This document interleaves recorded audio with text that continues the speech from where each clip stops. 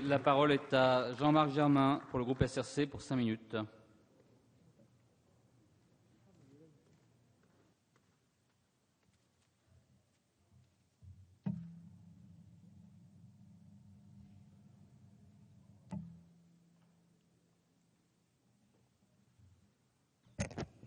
Monsieur le Président, Monsieur le Ministre, Monsieur le rapporteur, semaine après semaine, la stratégie de François Hollande et Jean-Marc Ayrault pour sortir la France de la crise se déploie et ce texte en est une nouvelle pièce importante.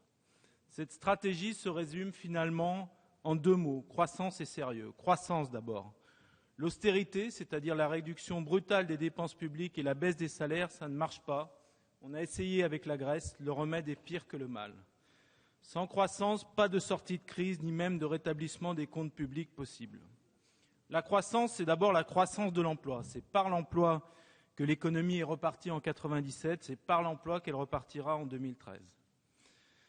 Grâce à l'électrochoc que constituent les 150 000 emplois d'avenir et les 500 000 contrats de génération, qui viendront s'ajouter aux 340 000 emplois aidés actuels. La croissance, c'est ensuite le plan européen de grands travaux, 120 milliards d'euros obtenus de haute lutte par la France le 28 juin dernier et dont la gestion, gage d'efficacité et de rapidité, sera confiée pour partie aux régions, comme l'a annoncé le président de la République aux États généraux des collectivités locales. La croissance, c'est enfin une nouvelle politique industrielle. Elle aura comme bras armé la Banque publique d'investissement, dotée de 40 milliards d'euros, qui sera mise sur pied dans quelques jours.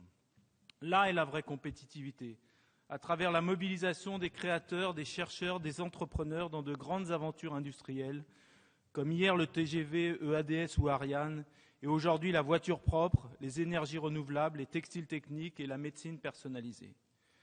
Bien sûr, il faudra aussi améliorer le financement de notre protection sociale pour qu'il pèse moins sur le travail. Mais sachons ne pas en attendre des miracles.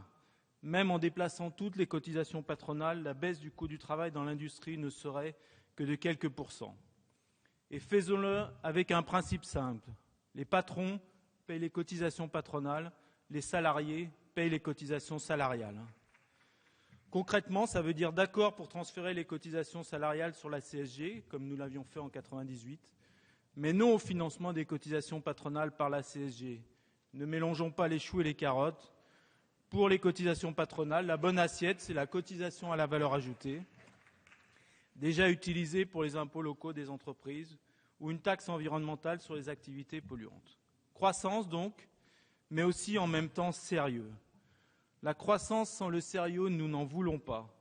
Parce que nous aimons l'action publique, nous voulons une gestion publique exemplaire. La marque du sérieux, c'est le budget que vous venez de présenter, Monsieur le Ministre. Il y avait 30 milliards à trouver, vous les avez trouvés. La construction d'un budget, en règle générale, consiste à mettre un édredon dans une valise. Là, il fallait mettre le matelas et le sommier avec, et le tout dans un dé à coudre, vous y avez réussi.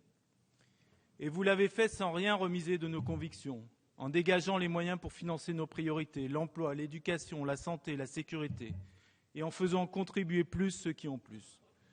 Le sérieux, c'est aussi cette loi organique de programmation et de gouvernance des finances publiques dont nous débattons aujourd'hui. Le contenu du texte, qui est la mise en œuvre du traité dans notre pays, est la démonstration par effet miroir de ce que nous disons depuis des semaines. Ce traité ne mérite ni excès d'indignation, ni excès de louange.